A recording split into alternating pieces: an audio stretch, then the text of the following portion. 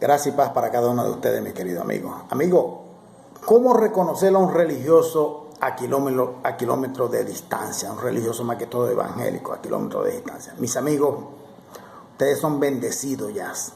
Tengan la certeza que ellos van a estar citando versículos aislados de su contexto para respaldar su religiosidad y su doctrina.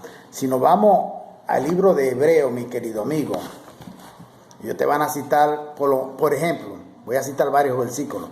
Por ejemplo, el primero, Hebreo 13:17, ellos te van a citar ese. Obedeced a vuestros pastores y someteos a ellos, porque ellos velan por vuestras almas, como quienes han de dar cuenta, para que lo hagan con alegría y no quejándose, porque esto no es provecho. Para decir ustedes que tienen que obedecerle a esos pastores, esos vagabundos ladrones. Primeramente, el apóstol Pablo escribió esa carta a los hebreos. En los manuscritos originales, en las cartas de Pablo, en las originales, no dice pastores. Por eso yo siempre le digo que lean, investiguen y estudien. No dice pastores, dice guías. Después que los sacerdotes salieron de la llamada Iglesia Católica y pegaron la misma Biblia católica, reformaron la Biblia, sí, reforma de hombre para su doctrina. Ellos quitaron la palabra original guías y colocaron la palabra pastores para dar sentido a sus doctrinas, a su religiosidad evangélica, adventista, bautista, esas cosas. En los manuscritos no dice pastores, mi querido amigo, o en las cartas de Pablo no dice pastores, dice guías. Los reformadores humanos, mi querido amigo, quitaron las palabras originales. Infelizmente así. La religiosidad también te va a citar Apocalipsis, capítulo 2, versículo 1, dice así: escribe al ángel de la iglesia en Efeso, en que tiene las 7 estrellas en su diestra, el que anda en medio de las 7 candeleros de oro. Dice esto. También te van a citar que ellos son el ángel de la iglesia. A mí ya me pasó personalmente con un vagabundo ladrón que se llama Miguel Cabrera en la secta Luz del Mundo. A mí me pasó. Él se hace pasar como el ángel de la iglesia de él. Esa no es la iglesia de Cristo, esas son iglesias de hombres. Templos que ellos le colocaron nombre de iglesia. Esa no es la iglesia de Cristo. La iglesia de Cristo son personas. Entonces, ellos te van a citar y lo van a aislar de su contexto, porque ahí el apóstol Juan le está hablando a la iglesia de Efeso. No le está hablando a la iglesia de Brasil, a la iglesia de aquí de Boavista, a la iglesia de Venezuela, a la iglesia de Maracaibo. No le está hablando a ellos. Y ese es un lenguaje figurativo cuando dice ángel. Es un lenguaje figurativo. El ángel de la iglesia en Efeso era un lenguaje figurativo, mi querido amigo. Ellos te van a citar también Hebreo, capítulo 10, Hebreo 10, versículo 25, que dice así: no dejando de congregarnos como algunos tienen por costumbre. Hasta ahí te van a citar ese versículo, no te lo van a citar completo. Pero el versículo completo dice, y tienen que leer el contexto de lo que está hablando el apóstol Pablo ahí a los judíos, a los hebreos. Dice, y no dejando de congregarnos como tiene por costumbre. Hasta ahí citan los evangélicos eso. Dice al final, la parte B, sino exhortándonos, y tanto más cuando veáis que aquel día se acerca. ¿Cuál era el día que se acercaba? El juicio de Dios sobre el pueblo de Israel, la venida de Cristo, mi querido amigo. Ese era el día que se acercaba. Para decir que cada uno de ustedes, o cada uno de nosotros, tenemos que frecuentar una denominación religiosa llamado por los hombres de iglesia. Ellos también te van a citar el libro de Hechos, mi querido amigo. Hechos capítulo 2. Hechos 2, versículos 3 y 4. Oye la distorsión tan arrecha de esta gente. Hechos capítulo 2, versículos 3 y 4. Dice así: y se le aparecieron lenguas como de fuego, que repartiéndose se pasaron sobre cada uno de ellos, y todos fueron llenos del Espíritu Santo, y comenzaron a hablar en otras lenguas, según el Espíritu le daba que se expresasen. Lean el contexto completo, qué clase de lengua ellos hablaban. Era idiomas, lengua de otras naciones. No es esa porquería que ellos hablan, la basara suya, rasteras y la basara suya, esa porquería que ellos hablan, que ellos dicen que son lenguas de An, una gran mentira y una gran herejía, porque sacan del libro de Corintios un versículo que Pablo le habla a los corintios, lo aíslan de su contexto y distorsionan ese versículo. Ellos también te van a citar Malaquías 3:10.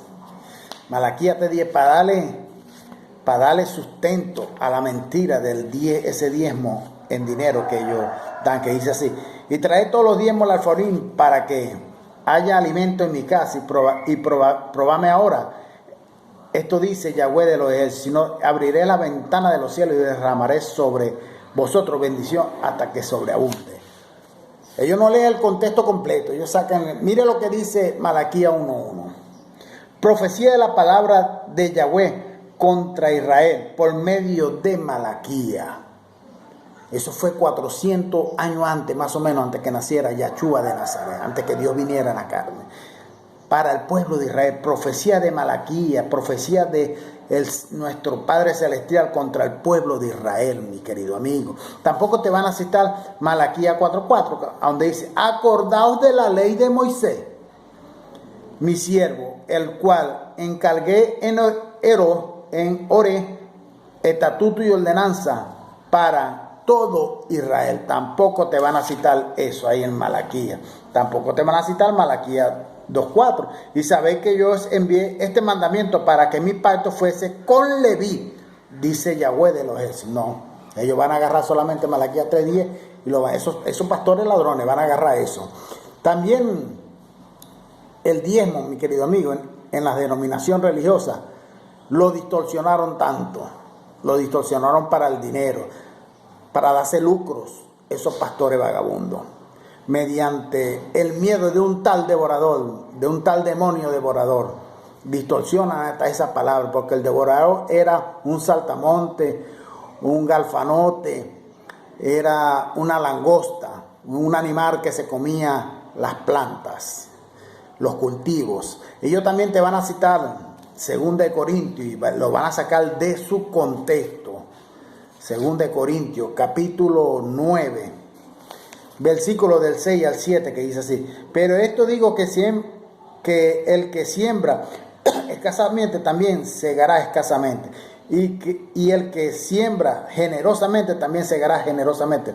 Cada uno dé como propuso en su corazón, no con tristeza ni por necesidad, porque Dios ha maldado la ley. Y poderoso es Dios para hacer que abunde, hasta el 7, perdón, al dador alegre. Ellos te van a distorsionar si no van a hablar del contexto completo, donde Pablo está con los hermanos ahí en Corintios, pidiéndole una ofrenda para Jerusalén, ya que Jerusalén en aquella época había pasado por un terremoto y había destruido la ciudad parcialmente, y muchos hermanos estaban pasando necesidades.